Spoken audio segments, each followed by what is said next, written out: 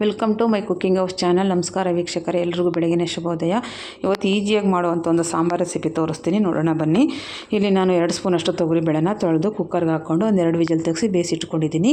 ಇದಕ್ಕೆ ಒಂದು 4 ಆಲೂಗೆಡ್ಡೆನ ಮೀಡಿಯಮ್ ಸೈಜಲ್ಲಿ ಹೆಚ್ಚಿಬಿಟ್ಟು ತೊಳೆದು ಹಾಕ್ಕೊಂಡಿದ್ದೀನಿ. 1/2 kg ನುಗ್ಗೆಕಾಯಿನೂ ಸಹ ತೊಳೆದು ಹೆಚ್ಚಿ ಹಾಕ್ಕೊಂಡಿದ್ದೀನಿ. ಇದಕ್ಕೆ 2 ಟೊಮೊಟೊನೂ ಸಹ ಸೇರಿಸ್ಕೊಂಡು ಇದಕ್ಕೆ ರುಚಿಗೆ ತಕ್ಕಷ್ಟು ಉಪ್ಪನ್ನು ಹಾಕಿ 3 ಸ್ಪೂನಷ್ಟು ಸಾಂಬಾರು ಪುಡಿನ ಸೇರಿಸ್ಕೊಂಡು ಎಲ್ಲ ಒಂದು ಸತಿ ಮಿಕ್ಸ್ ಮಾಡ್ಕೊಬೇಕು. ಇಲ್ಲಿ ಸಾಂಬಾರು ಪುಡಿ ಜಾಸ್ತಿ ಹಾಕೋಕೆ ಹೋಗ್ಬೇಡಿ, ಚೆನ್ನಾಗಿರುತ್ತೆ, ಸ್ವಲ್ಪ ಕಮ್ಮಿ ಹಾಕಿದರೆ ಸಾಂಬಾರು.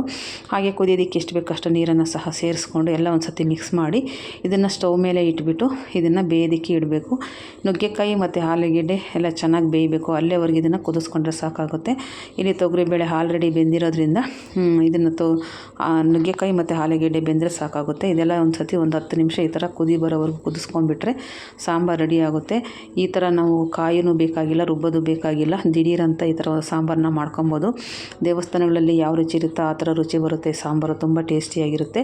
ಇದಕ್ಕೊಂದು ಒಗ್ಗರಣೆ ಕೊಡೋಣ. ಈಗ ನಾನು ಸ್ಟವ್ ಮೇಲೆ ಒಂದು ಬಾಣಲೆ ಇಟ್ಬಿಟ್ಟು 2 ಸ್ಪೂನ್ ಎಣ್ಣೆ ಹಾಕಿ 1/2 ಸ್ಪೂನಷ್ಟು ಸಾಸಿವೆ, ಸಣ್ಣಗೆ ಹೆಚ್ಚಿರೋಂಥ ಒಂದು ಈರುಳ್ಳಿ, ಒಂದು ಸ್ವಲ್ಪ ಕರಿಬೇವಿನ ಸೊಪ್ಪು, ಒಂದು ಜಜ್ಜಿರೋಂಥ ಬೆಳ್ಳುಳ್ಳಿನ ಹಾಕ್ಕೊಂಡು ಒಗ್ಗರಣೆ ಮಾಡ್ಕೊಬೇಕು. ಇದೆಲ್ಲ ಒಗ್ಗರಣೆ ಆದಮೇಲೆ ಈ ಒಗ್ಗರಣೆನ ಸಾಂಬಾರಿಗೆ ಹಾಕಿ ಎಲ್ಲ ಒಂದು ಸತಿ ಮಿಕ್ಸ್ ಮಾಡಿಬಿಟ್ರೆ ಹುಳಿ ಸಾಂಬಾರು ರೆಡಿ ಆಗುತ್ತೆ. ತುಂಬ ಟೇಸ್ಟಿಯಾಗಿರುತ್ತೆ ನುಗ್ಗೆಕಾಯಿ ಸಾಂಬಾರು.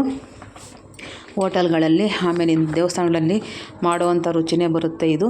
ನಾವೇನು ಕಾಯಿ ಉಪಯೋಗಿಸೋಂಥ ಅವಶ್ಯಕತೆ ಇಲ್ಲ, ರುಬ್ಬೋದು ಏನಿಲ್ಲ, ದಿಢೀರಂತ ಮಾಡ್ಕೊಬೋದು. ಬ್ಯಾಚುಲರ್ ಸಹ ಈ ಸಾಂಬಾರನ್ನ ಮಾಡ್ಕೊಬೋದು. ಒಂದು ಸತಿ ನೀವು ಟ್ರೈ ಮಾಡಿ ನೋಡಿ.